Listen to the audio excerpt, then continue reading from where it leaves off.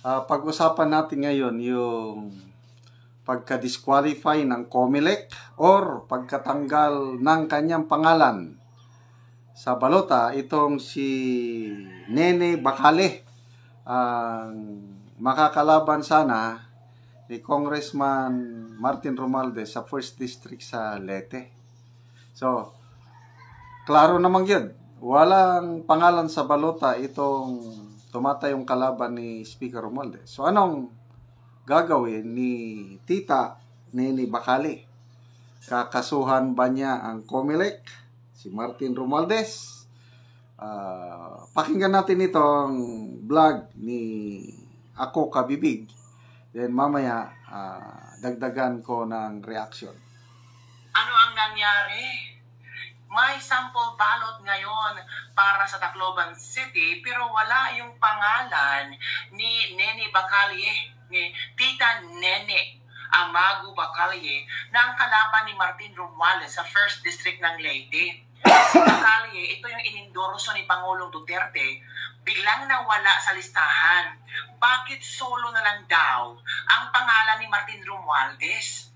At ang interpretasyon ng maraming netizen ay baka pinadisqualify o na-disqualify o talagang gusto lang ipa-disqualify. COMELEC, ano ba ang nangyari? Bakit walang explanation? Maraming mga kandidato ang biglang umatras o tinanggal na parang may takutan o bentahan. May sagot ba ang COMELEC dito, mga kabibig? Nako. At meron ako nakitang video ni Atty. Vic Rodriguez na talagang nanggigigil si Atty. Vic Rodriguez, mga kabibig, na bakit ganito na ang nangyari ngayon, pamalapit na ang eleksyon, pero may mga pangyayaring katulad nito, mga kabibig. So, I'll be sharing my screen at panoorin natin si Atty. Vic Rodriguez sa kanyang explanation at statement regarding sa trending news na para yatang Nene, independent candidate para kongresista laban kay Martin Romualdez.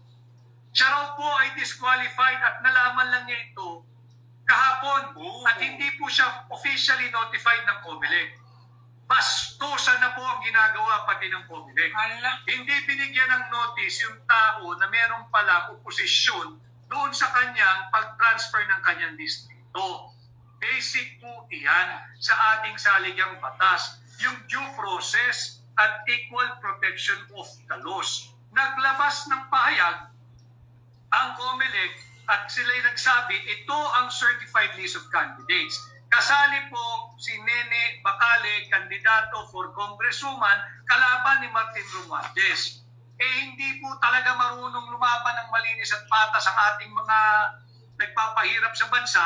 Tinanggal po nila si Nene Bacale bilang opisyal na kandidato ayon sa COMELEC. Ito po ay violation ng kanyang right to due process and equal protection of the laws. I had a brief talk with her lawyer. I told him, Nene Bacale is in good hands legally. Just pursue all the available legal remedy. Kinakailangan maisama si Bacale, Nene, dyan sa balota sapagkat karapatan po, hindi na ni Nene yung ating right of suffrage yung bawat Pilipino na pumili kung sino yung gusto nilang iboto. Bakit ba hindi kayo marunong lumaban ng patas? Lahat ng pandaraya ay ginagawa ninyo, hindi pa man nagsisimula ang kampanya. Bakit itong COMELEC patuloy din pinapaboran ang baluktot na administrasyon ni Bongbong Marcos at yung mga kandidato nila? Patunay, humingi po at binigyan ng exemption ng COMELEC yung AKAP, yung AIX, at kung ano-anong ayuda pa. Pwede raw pong mamigay. Bakit hindi ninyo patapusin ang kampanyahan bago nyo ituloy yung AKAP, yung AIX? Anyway, yung 4Ps, yung conditional cash transfer, tuloy-tuloy naman yan Pero yung unconditional, unmitigated, and unlimited cash transfer na nagiging dahilan kung bakit tumataas yung ating inflation at yung hanay ng mga tamad, yan ay dapat tinigil muna ng COMELEC. Obvious naman, nagpapagamit ang COMELEC at yan ang ating dapat bantayan. Kay Rojas Elin, yes, 55. Ito po, number 55. Salamat po. At kay Diamond, Lea Catalina, Pucha, Garcia, at Tambaloslos. Tama ho, masamang tandem yung Tambalaslos at yung Comelec, dapat po kayo mag-ingay dyan sa 1st Legislative District ng Leyte. Ayaw ng may kalaban ng taong ito, kaya tinanggal nila si Bacale Nene. Ganito na po kasama, ganito na po kababoy at patuloy na paglapastangan sa ating saligang batas.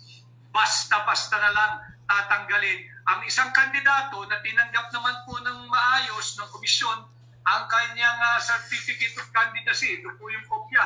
May receiving copy pa ng Nene Bacale. At hindi po siya binigyan ng notice na merong reklamo o merong problema ang kanyang paglipat. Bigla na lang po siyang tinanggap after maglabas ng certified list of candidates kasama si Nene Bacale. Kailangan malaman po ito, hindi lamang ng mga taga-Leyte, hindi lamang ng mga taga-Tacloban, kung hindi ng buong Pilipinas. And again, I would like to remind the 1.8 million government employees, you have to demand for transparency.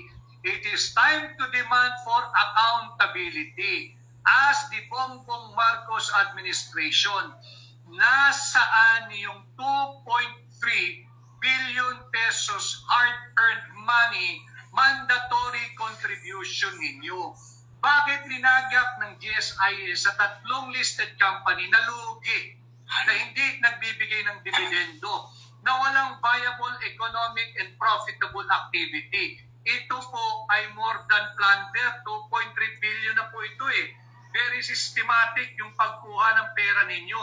Kayo lugi. Sila sigurado kumita yan.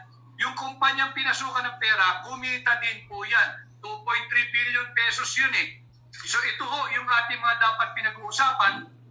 At na 55 minutes na po tayo. Kaya nasabihan na mapuputol na tayo. So samahan po ninyo ako sa muli po nating pag-live. Welcome po yung inyong mga tanong. Tuloy-tuloy po tayo. So yun mga kabibig ha.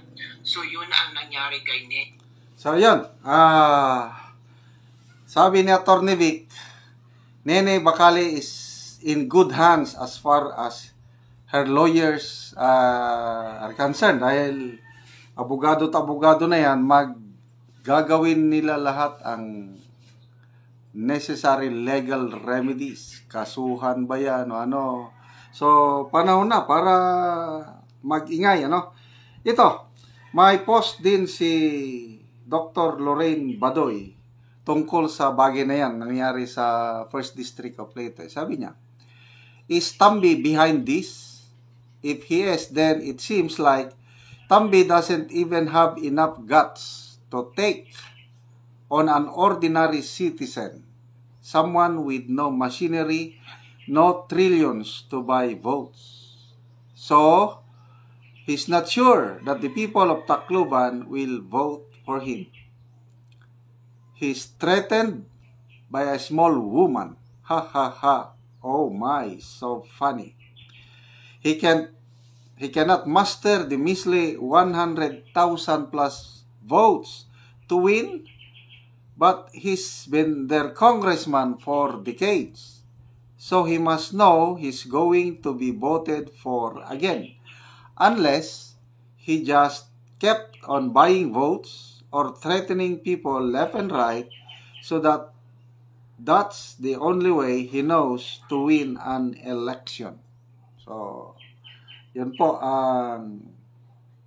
Magbasa tayo sa mga comments. Sabi ni Leticia Malinaw, abusing his power. Tisoy oy Tisay, o Tisay, it's very obvious Martin Romualdez is the mastermind. Alessandro, without a doubt, tungkol sa mastermind. Leonora Rivera Arsua, bagaa gyud og naong, makapal ang muka. Liapichon Oches, on what ground? Comelec? Migs, Sampon, Tambi, the best, lurks and strikes. So, yan na. I hope magawan pa ng paraan ni Madam Nene Bacale na maisama ang pangalan niya sa balota para malaman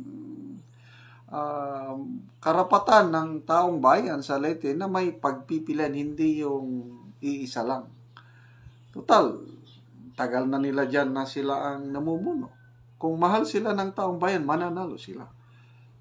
Bakit biglang ipa-disqualify? Wala man lang notice na doon sa kay Nene Bacali na natanggal ng pangalan niya na certified kandidato naman siya. Pag print sa balota, wala na siya. So, mga abogado ni Nene Bacali, sana gawin nyo ng mabilis para maibalik sa balota ang Nene Bacali, a strong woman na lumalaban kay Martin Romualdez.